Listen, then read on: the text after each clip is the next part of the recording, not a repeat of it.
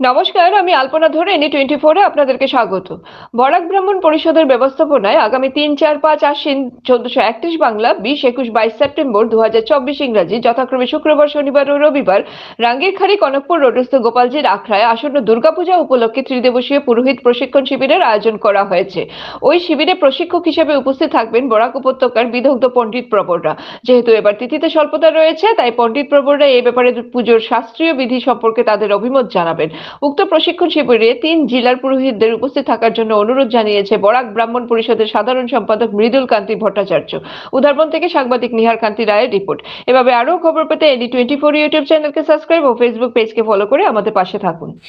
আমি শ্রী মৃদুল কান্তি ভট্টাচার্য, বরাক ব্রাহ্মণ পরিষদের সাধারণ সম্পাদক হিসেবে বরাক ব্রাহ্মণ পরিষদের পক্ষ থেকে আপনাদের কাছে বিনম্র আবেদন, আগামী 5, 6 ও 7, 3, 4 ও 5 আশ্বিন 1431 বাংলা, 20, 21 ও 22 সেপ্টেম্বর 2024 ইংরেজি রাঙ্গিরখাড়ি কনকপুর রোডস্থিত শ্রী শ্রী গোপালজির আখড়ায় প্রতি বছরের ন্যায় এবারও আমরা দুর্গাপূজা উপলক্ষে ত্রিদিবসীয় কর্মশালার আয়োজন করিয়াছি।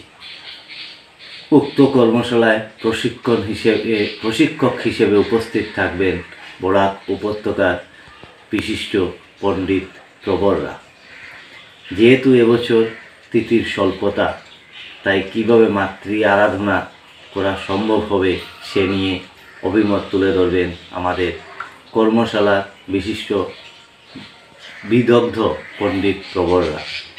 তাই বরাক উপত্যকার সকল পুরোহিত মণ্ডলীর কাছে বরাক ব্রাহ্মণ পরিষদের সাধারণ সম্পাদক হিসেবে সবার কাছে আমার বিনম্র আবেদন, আপনারা এই কর্মশালায় যোগদান করিয়া কর্মশালাটিকে সুন্দরভাবে সাফল্যমণ্ডিত করিয়া তুলিবেন।